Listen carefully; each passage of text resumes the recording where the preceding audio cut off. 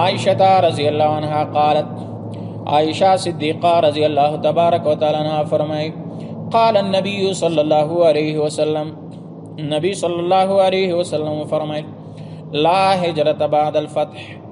پس د فتح د مکی مکرمینا ہجرت نشته ده خو ولكن جهاد و نیت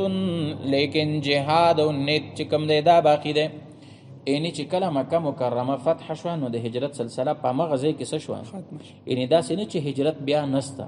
هجرت بیا هم دی الی یوم القیامه هر ځای کې چې مسلمانان د کافرانو د لاسه مشکل ورته جوړیږي یا شرائع احکام چې کوم دي دوی هلته د هغې انفاظ نشي کولی اشاعت یې نشي کولی نو دوی کولی شي چې هغه کلی ولایت ښار چې کوم دی هغه څه کړي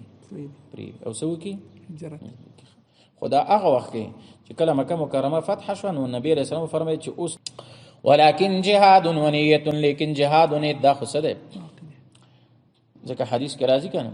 الجهاد ماض الى یوم القیامه جهاد به تر ورځې د قیامته پورې سوي و اذا استنفرتم فانفروا کله چې د تاسې نه اجازت وغوښتلی شي چې ووځئ جهاد دپاره فانفروا نو پس ټول چې کوم دی څه شی بیا ووځئ ځکه الله قرآن کې فرمایي که نه انفروا خفافا وثقالا وجاهدوا باموالكم وانفسكم في سبيل الله اوزه د الله لاره کې درانو سپک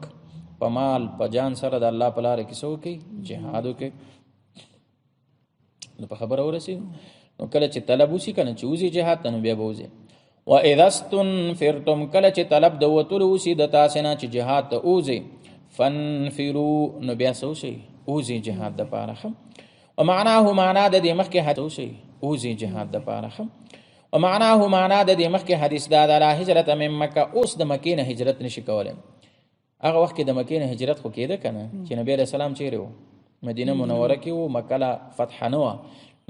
او چې کله مکه مکرمه فتح شوه د نبي علیه السلام په لاسو مبارک نو نبی علیه السلام وفرمیل چې اوس تاسې د مکې نه بل ځای ته هجرت نه ولې ځکه چې اوس دارالاسلام لانها صارت دار اسلام ځکه چې مکه مکرمه وګرځېدله اوس څه شی دار اسلام اوس نو د مکې مکرمې نه مدینې منورې ته هجرت څه نه دی واجب نه دی او مخکې واجب و په مسلمانانو باندې ځکه چې لږ ول ښه چې دوی هجرت وکړي نبي صلی الله علیه وسلم ته او چې مکه مکرمه فتح شوه دار اسلام وګرځېده نو اوس چې دی د مکې نه بل چېرته څوک هجرت شي